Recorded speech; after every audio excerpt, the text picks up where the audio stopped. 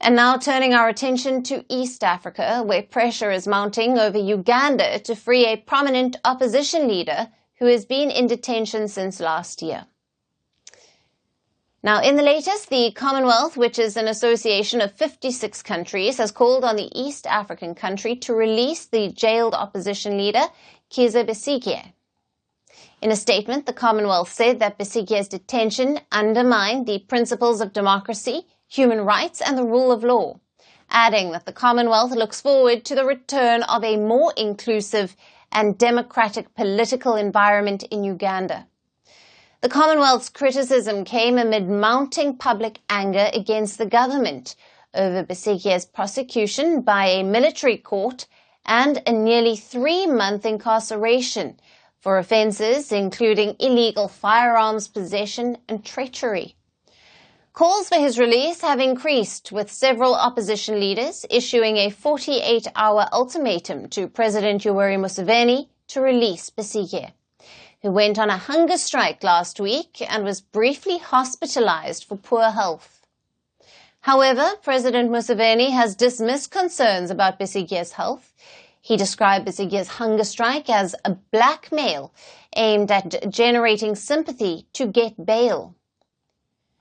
Now, earlier this week, police detained at least 5 activists, including leaders from Besigye's political party, who were protesting in the capital Kampala to demand his release.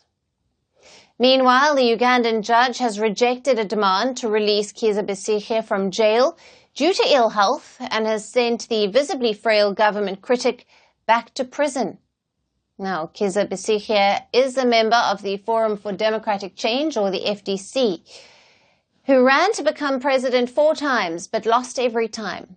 Besigye is a trained physician and was once the personal doctor of President Museveni.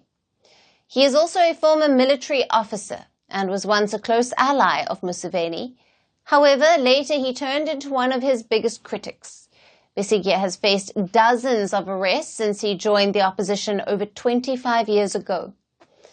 In November last year, Besigye made headlines when he was detained in neighboring Kenya in what senior Kenyan foreign affairs officials described as an abduction. He was subsequently brought home and put under detention after a trial in the military court. Critics of Museveni have argued that Besigye's detention is the latest example of hardening authoritarianism ahead of an election next year, in which the president is expected to stand again. 80-year-old Museveni has ruled Uganda with an iron grip since 1986, but rights groups and international watchdogs have repeatedly accused his government of suppressing the opposition and human rights abuses, including torture and extrajudicial killings. The government has denied these allegations time and again. Still, it has continued to crack down and arrest opposition leaders in the run-up to elections in 2026. We're calling the show Vantage. We hope you like what we've put together for you. Touted as the minimum wage defense from that video. India's neighbors were the first to send this special edition of Vantage live from the White House throughout this week. Yes, Hindu Mandir in we're on our way to Tel Aviv. Measure, but it's also the perfect way to drive.